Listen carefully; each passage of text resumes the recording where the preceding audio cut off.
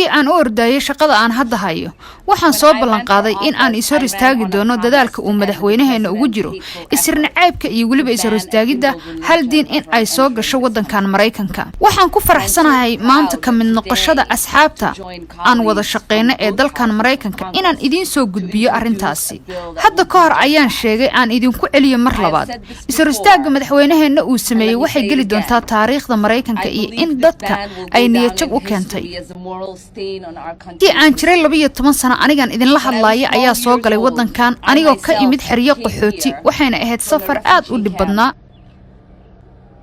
anigoo ka soo cararay dagaalo aad u shida badnaa waxaan ku jiray xirada qaxootiga muddo 4 sano ah anigoo doonayay inaan ka baxo qaxootinimada si aan u soo galo dalkan Mareykanka laakiin markii aan soo galay waxaan rumaysnaa xitaa ciyaalnimadeedii ballanqaadyadii dalka Mareykanka lagu yaqaanay ee xurriyadda iyo sinaanta iyo cadaaladda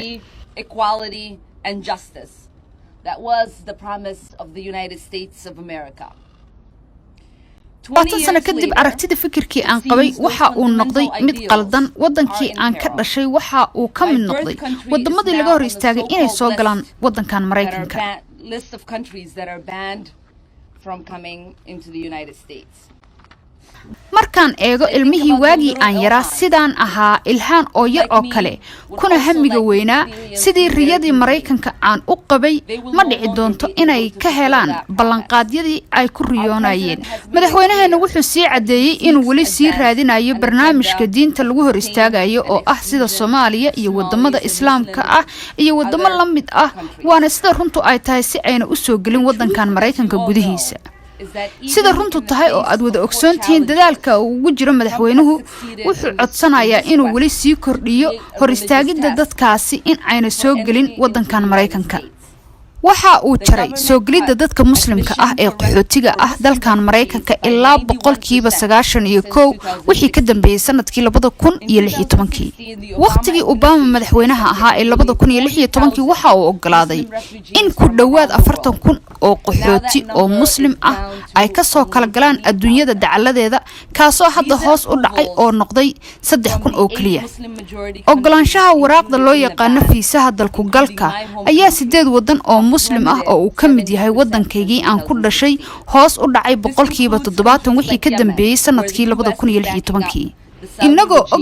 in dagaal uu ka socdo wadanka Yaban ayaa dawladda Mareykanku taageero siisaa dalka Sacuudi Arabia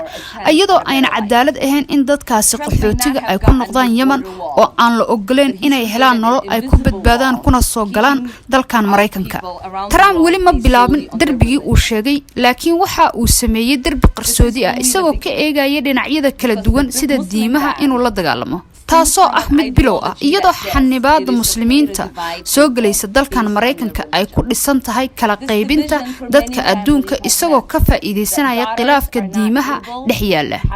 qaybintaasi waxa dhib kala kulmay qoysas badan gabdho badan baa nasiib u helin in ay guurkooda farxadiisa la qaybsadaan eedooyinkood iyo ayeeyooyinkood taasina waxay ka turjumaysaa in qoysaska qaarkood ayna ka qayb gali karinin aaska ama duugista dadka ka dhinta waxay kala kamid tahay hooyooyinka qaarkood in aysan awood u lahayn in ay xanuunka la qaybsadaan caruurtooda xanuunsan ama dhimanaysa waa arrin ku dhisan fikir qaldan oo dadka qaarkii ayna qiimo badan u lahayn iyadoo loo eegayo dhinaca midabka ama diinta ama wadamadii ay ku dhasheen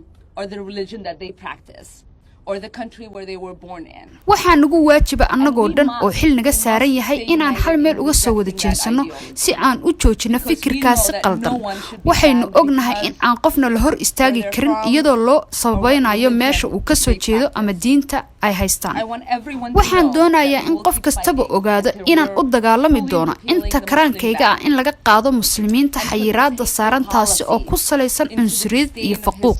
waxaan idinkaga mahadcelinayaa imaatinkiina asxaabtayda aynu wada shaqeyno sida aad ii garab istaagteen anigoo rajeynaya in riyada dalkan ay ku jirto gacanta labada aqal ee u sarreysa dalkan waad ku mahadsantihiin